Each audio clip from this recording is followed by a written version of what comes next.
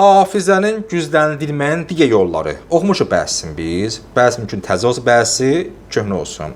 İnsan istəyir öz zehnini artırsın. Hansı yollar var? Mən qısa adlarını deyəcəm, da izah eləməyəcəm. 1. Həmişə Ayətəl Kürsi oxumaq. 2. İnsan salavat zikirlə, Peyğəmbər və ali Peyğəmbərə. 3. Diş fırçalamaqlıq. 4. Bal yeməklik. 5. Sübh vaxtı kişmiş yeməklik. Ki, xeyli çoxdur. 6. Gündəlik tənzimlənmiş proqram. Yaxşı. Yaddan çıxmağa səbəb olan məsələlər. Nələr insanın zehnini kütləşdirir, yaddan çıxardır. İnsanın zehnini kütləşdirən deyək. Amillər.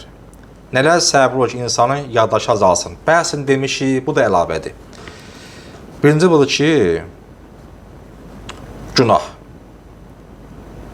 Günaha meyl, pis vərdişlər, həmişə vərdiş etdiyi günahlar, həmişə vərdiş etdiyi pis əməllər insanın zehnini kütləşdirir.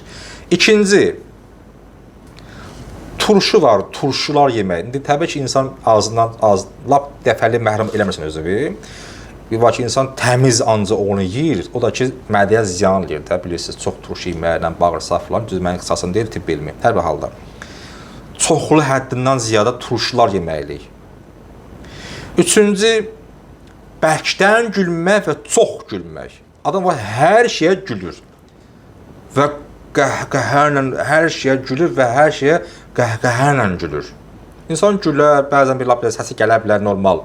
Amma ancaq gülür və ancaq məsələn bəkdən gülür. Biraz bu zehnə təsir edir. 4. Ustada ehtiramsızlıq. 5. Çoxlu pendir yemək. Bax, demirəm, pendir yemək deyil, çoxlu pendir yemək. Pendir adətən yeyilir yeməkdən sonra. Necə torpaq insanı qorana qəbrə parçalamağa malikdir, o parçalayır. Pendir də həməcə yeməkdən sonra yeyirsən ki, o yeməyi parçalasın, həzm rahat olsun. Az qarına pendir mədə dağıdır, mədə ziyandır. Yeməkdən sonra insan onu yeyər. 6. Dünya malına çox bağlanmalı. İnsan mal olmalıdır. İnsan niyə deməsin, mənim evim olsun, maşınım olsun, yaxşı pulum olsun. Bu deyə bilər. Amma çox bağlanmalı. Ancaq o düşünməli. Bütün zehin ona fokuslanıb. Onun yadında qalmayacaq heç bir şey. Danış maşından, evdən, sən hər şey deyəcək. Amma danış başqa bir şeylərdən, nə deyirsən sən? Çünki onun fikri oradır. O daha pisdir. Bir vaxt təkərləm, insan yaxşı məndə arzusu və var ki, insanın ancaq o fokuslanması. 7. Burada qeyd edilib, amma bu səhvdir. Bu barədə mən danışmışdım. Yazıb ki, qəbir daşını oxumaqlıq. Bu səhvdir. Hədisdə var, mən yazı ki, halda paylaşmışam, video halda paylaşmışam ki, insanın zehnin azaldan 9 amil qeyd ediblər Peyğəmbərə hədis ünvanında.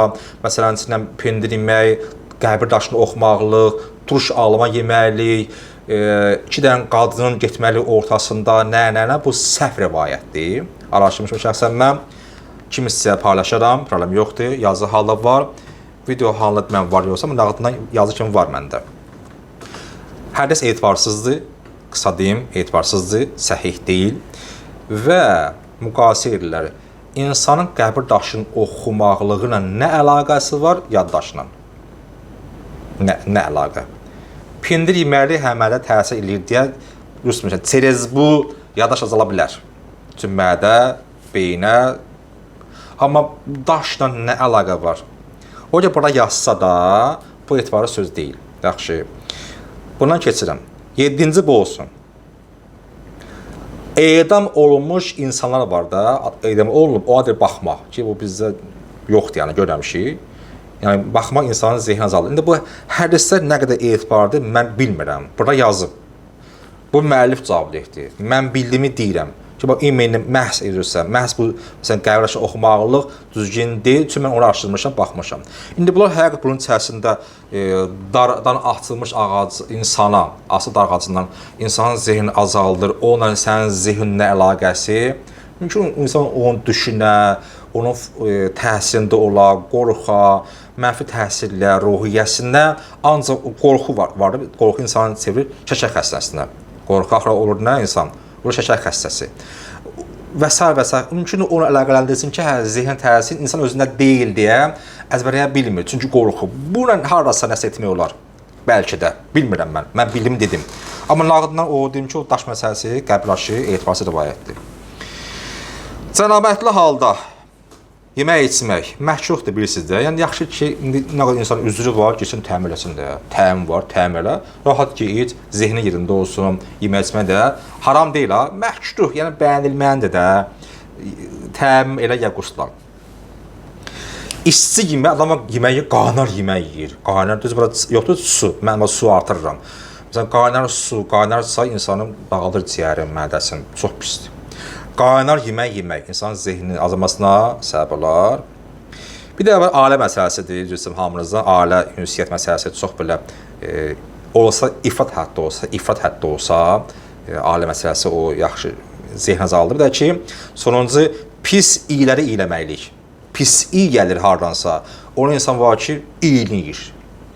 Mən qısa deyim bunları.